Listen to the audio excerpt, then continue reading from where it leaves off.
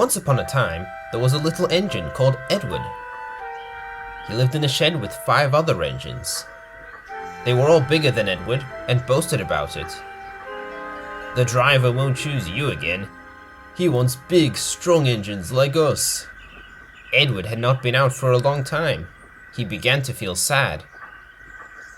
Just then, the driver and fireman came along to start work. The driver looked at Edward. "Why are you sad? Would you like to come out today?" "Yes, please." So the fireman hopped aboard Edward, lit the fire, and made a nice lot of steam. Then the driver pulled the lever, and Edward puffed away. "Peep, peep, look at me now." The others were very cross at being left behind, but Edward didn't care. Away he went to get some coaches.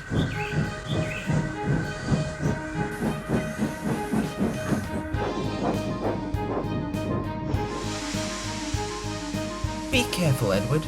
Don't bump and bang us like the other engines do." So Edward came up to the coaches, very, very gently, and the shunter fastened the coupling. "Thank you, Edward. That was kind.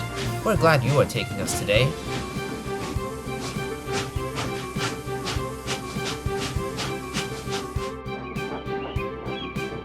Then they went to the station, where the people were waiting.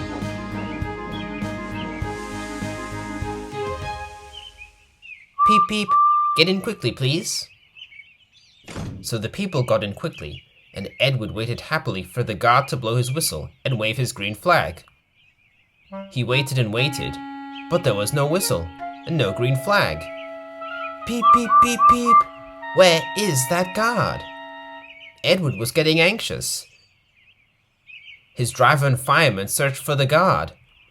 "Have you seen the guard?" "No." "Have you seen the guard?" "No." "Have you seen the guard?" "Yes, last night." Edward began to get cross. Are we ever going to start? Here he comes.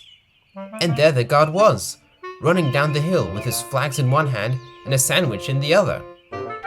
He ran onto the platform, blew his whistle, and jumped into his van. Edward puffed off at last.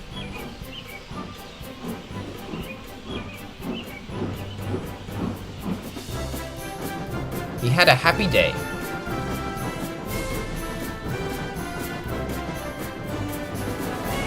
All the children ran to wave as he went past, and he met old friends at all the stations.